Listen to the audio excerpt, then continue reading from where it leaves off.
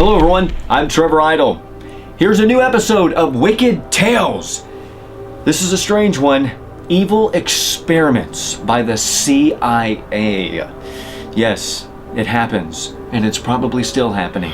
Project MK Ultra, the CIA's mind control program, was the code name for a covert, illegal CIA human research program. This official U.S. government program began in the early 1950s and continued through the 1960s. The CIA conducted several experiments on the effects of biological and chemical agents on American citizens without their knowledge.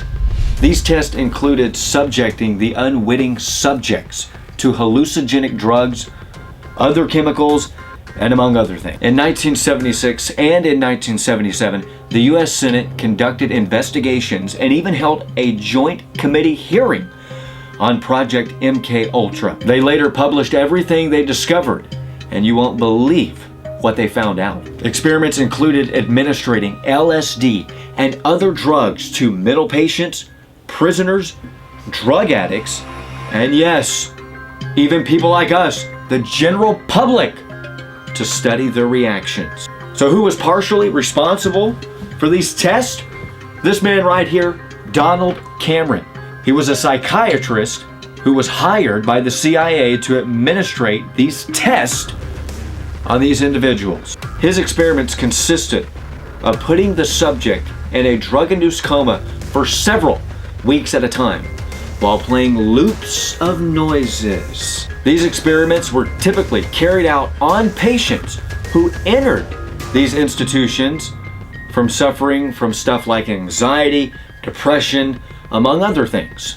Unfortunately, many patients suffered permanent damage after these treatments. Such consequences included amnesia, forgetting how to talk, forgetting their parents, unable to control their bowel movements, and mistaking their interrogators as their parents. The most publicized victim was Frank Olson, a biochemist working for the Army Chemical Corps. On November 18, 1953, Frank Olson was administered LSD. Immediately, he had become agitated and severely paranoid. 9 days later, he reportedly committed suicide by jumping 13 stories to his death from a hotel in New York. His family members didn't even know he was drugged until MK Ultra was exposed in 1975. Later, the CIA director Richard Helms ordered that all MK Ultra files be destroyed. Or at least that's what they're telling us. Just imagine the things that we don't know.